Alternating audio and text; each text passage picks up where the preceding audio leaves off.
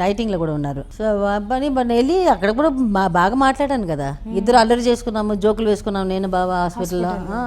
అది ఒక ట్రిప్, ఇది ఒకటి ఇది ఎక్కిస్తే ఇంటికి వచ్చేస్తామని చెప్పి పిల్లలతోటి మాట్లాడారు. అక్కడి నుంచి ఫోన్ చేశారు సాటర్డే.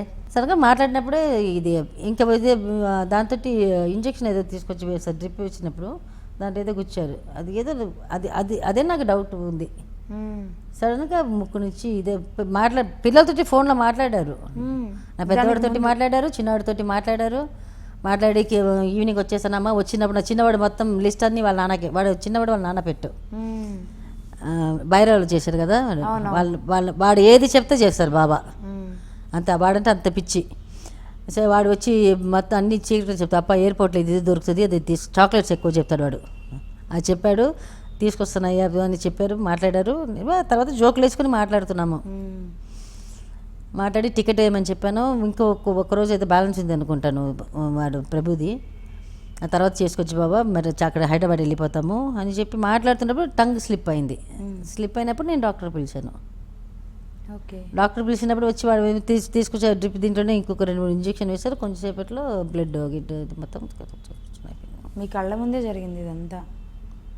ఆ షాక్ నుంచి ఎలా బయటకు వచ్చారు? ఇప్పుడే కదా వచ్చాను. ఇప్పటిదాకా స్పాట్లో అసలు అక్కడ ఏం జరిగింది అసలు ఏమీ తెలియదు నాకు. ఇప్పుడు 3-4 మంత్స్ నుంచి అన్నీ అక్కడ అయింది. అది బావన ఇదైంది. అక్కడి నుంచి వాళ్ళ అన్నయ్యకి ఫోన్ చేశాను, వాళ్ళ అన్నయ్యకనే ఫోన్ చేశాను, ఇంకెవరికి చేయలేదు. మా డాక్టర్కి ఫోన్ చేశాను, వాళ్ళిద్దరికి ఫోన్ చేశాను.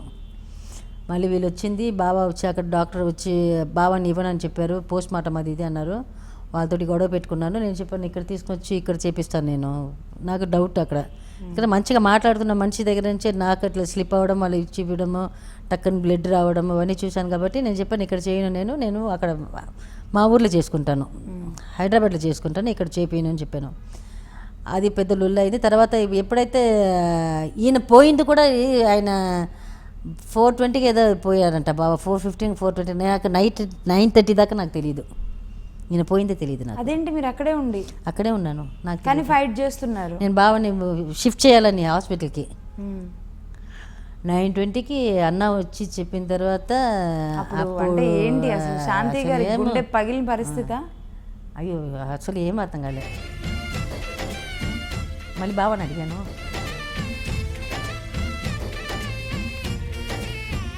మళ్ళీ అటు ఇటు ఫైట్ చేసి బావని తీసుకొచ్చాము అక్కడి నుంచి.